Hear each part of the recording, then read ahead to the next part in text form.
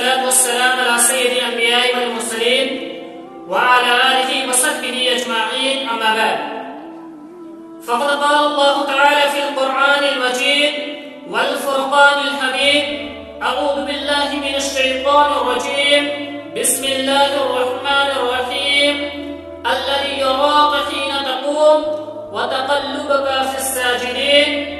وقال تعالى في موضع آخر: وهو معاكم أينما كنتم.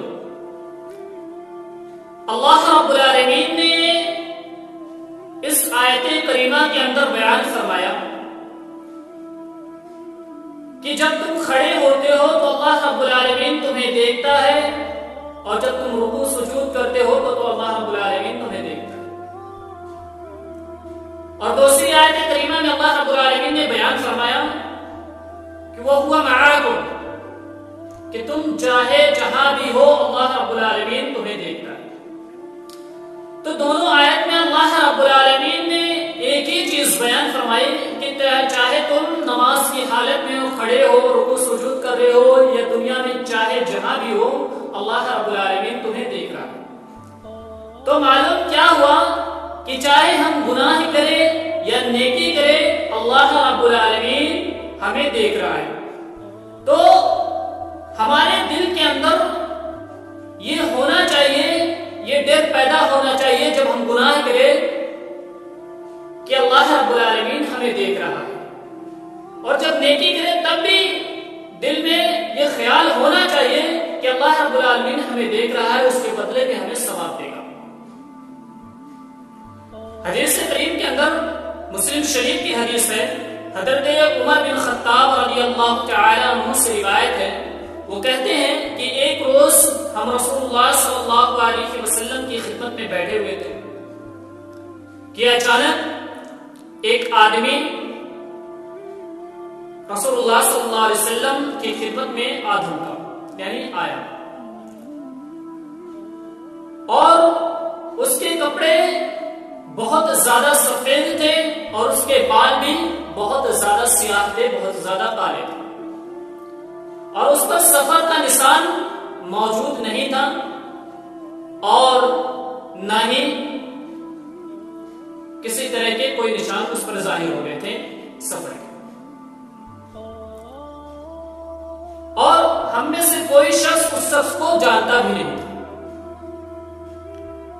حضرت عمر بن خطاب رضی اللہ تعالیٰ عنہ کہتے ہیں کہ وہ شخص آیا، نبی کریم صلی اللہ علیہ وسلم کے سامنے بیٹھ گیا اور گھٹنے سے گھٹنا ملا لیا، یعنی رسول اللہ صلی اللہ علیہ وسلم کی گھٹنے سے گھٹنے کو ملا لیا اور اپنے ہاتھ کو اپنے رانوں پر رکھ لیا، یعنی مہذب انداز میں اور ادب کے ساتھ رسول اللہ صلی اللہ علیہ وسلم کے سامنے بیٹھ گیا. پھر اس نے رسول اللہ صلی اللہ علیہ وسلم سے سوال کیا، پوچھا کہ اے محمد صلی اللہ علیہ وسلم، مجھے اسلام کے بارے میں بتلائے، اسلام کے بارے میں بتلائے، یعنی اسلام کیا ہے، اسلام کے بارے میں بتلائے. تو رسول اللہ صلی اللہ علیہ وسلم نے بیان فرمایا کہ اسلام یہ ہے کہ تو صرف اور صرف اللہ رب العالمین کی عبادت کر، اس کے ساتھ کسی اور کو شریک نہ ٹھہرا، اور محمد رسول اللہ صلی اللہ علیہ وسلم اس کے رسول. دوسرا، نماز قائم کر، زکات ادا کر، اور رمضان المبارک کے روزے رکھ، اور اگر تمہیں استطاعت ہو، طاقت ہو تو بیت اللہ شریف کا حج ادا کر. تو سائل یعنی اس شخص نے کہا، صدق کو آپ نے سچ کہا.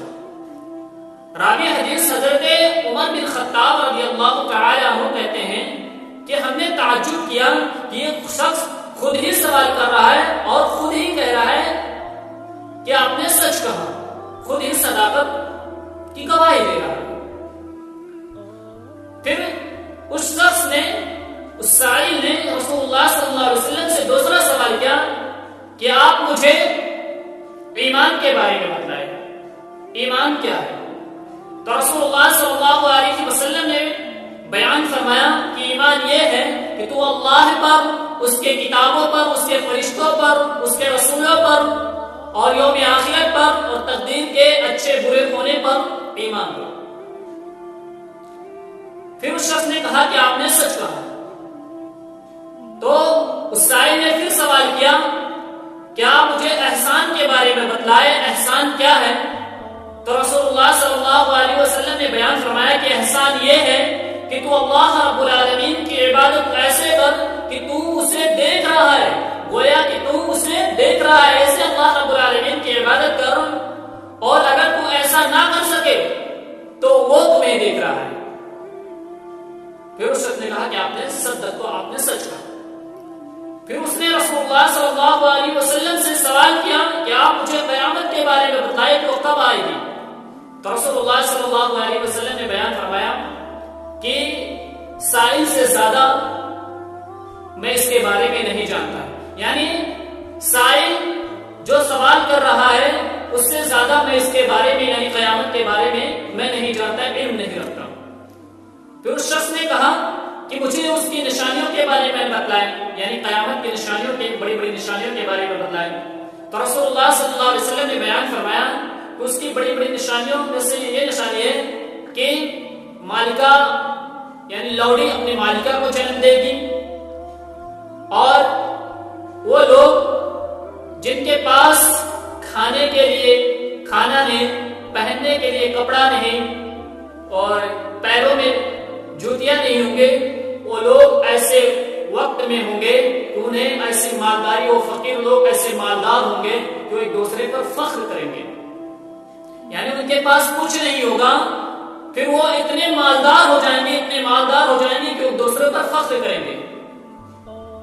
پھر وہ سائل یعنی سوال کرنے والا وہ شخص چلا گیا. راوی حدیث حضرت عمر بن خطاب رضی اللہ تعالیٰ عنہ کہتے ہیں کہ میں رسول اللہ صلی اللہ علیہ وسلم کی خدمت میں کافی دیر تک رکا رہا. تو آپ صلی اللہ علیہ وسلم نے بیان فرمایا کہ اے عمر, تمہیں پتا تھا یہ کون شخص تھے؟ حضرت عمر رضی اللہ تعالیٰ عنہ کہتے ہیں کہ اللہ اس کے رسول زیادہ بہتر جانتے ہیں. تو رسول اللہ صلی اللہ علیہ وسلم نے بیان فرمایا کہ وہ جبرائیل تھے, تمہیں تمہارا دین سمجھانے کے لیے آئے تھے. تو اس حدیث کے اندر محل اختصار جو بتانا چاہتا ہوں وہ احسان کے بارے میں جب اس شخص نے سوال کیا تو کیا کہا اللہ کے نبی صلی اللہ علیہ وسلم نے کہ تو اللہ کی عبادت ایسے کر گویا تو اسے دیکھ رہا ہے. اگر تو ایسا محسوس نہ کر سکے کہ تو اسے دیکھ رہا ہے تو وہ تمہیں دیکھ رہا ہے. یعنی تم چاہے جہاں کہیں بھی ہو, چاہے اللہ کی عبادت کرو, گناہ کرو, نیکی کرو, دنیا میں چاہے جہاں بھی ہو, اللہ رب العالمین تمہیں دیکھ رہا ہے اور تم سے اس بارے میں سوال کرے گا. تو تم نیکی کرتے رہو, گناہوں کو چھوڑ دو. ایک اور حدیث کے اندر حضرت معاذ بن جبل رضی اللہ تعالیٰ عنہ کہتے ہیں کہ رسول اللہ صلی اللہ علیہ وسلم نے بیان فرمایا کہ اتق اللہ حیثما کنتم, کہ تم چاہے جہاں کہیں بھی ہو اللہ رب العالمین سے ڈرتے رہو اور برائی کے پیچھے نیکی کرتے رہو, کیونکہ نیکی برائیوں کو مٹا دیتی ہے, اور ان لوگوں سے اچھے اخلاق سے پیش رہو. ترمذی شریف کی حدیث ہے. تو اس حدیث کے اندر بھی اللہ کے نبی صلی اللہ علیہ وسلم نے کیا بیان فرمایا کہ تو چاہے کہیں بھی ہو اللہ رب العالمین تمہیں دیکھ رہا ہے, کہیں بھی ہو, تو برائی کے پیچھے نیکی کر. یعنی جب تم سے برائی ہو جائے, تم سے گناہ ہو جائے, تم سے گناہ سرزد ہو جائے تو تو نیکی کر. جب نیکی کرے گا تو اللہ رب العالمین تمہارے گناہوں کو مٹا دے گا, تمہیں بخش دے گا, تمہیں معاف کر دے گا, اور لوگوں کے ساتھ اچھے اخلاق سے پیش آؤ. اور ایسے ایک اور حدیث کے اندر ابو داؤد شریف کی حدیث ہے کہ حضرت عبداللہ بن عباس رضی اللہ تعالی عنہ سے روایت ہے, کہتے ہیں کہ رسول اللہ صلی اللہ علیہ وسلم نے مجھے ایک دن, میں رسول صلی اللہ علیہ وسلم کے پیچھے سواری پر بیٹھا ہوا تھا کہ رسول اللہ صلی اللہ علیہ وسلم نے بیان فرمایا کہ اے بچے, میں تمہیں ایسی باتیں بتلاتا ہوں, تم اسے یاد رکھنا, کبھی نہ بھولنا. تو اللہ رب العالمین کے احکام کی حفاظت کر, اللہ تعالیٰ تیری حفاظت کرے, اور تم اللہ تعالیٰ کے حقوق کا خیال رکھ, تو اللہ رب العالمین کو ہمیشہ اپنے پاس پائے گا. یعنی جب تم اللہ رب العالمین کے حقوق کا خیال رکھو گے تم اللہ رب العالمین کو اپنے سامنے پاؤ گے, اور تم اللہ رب العالمین کے سوا کسی اور کے سامنے سوال نہ کرو. یعنی تم سوال کرو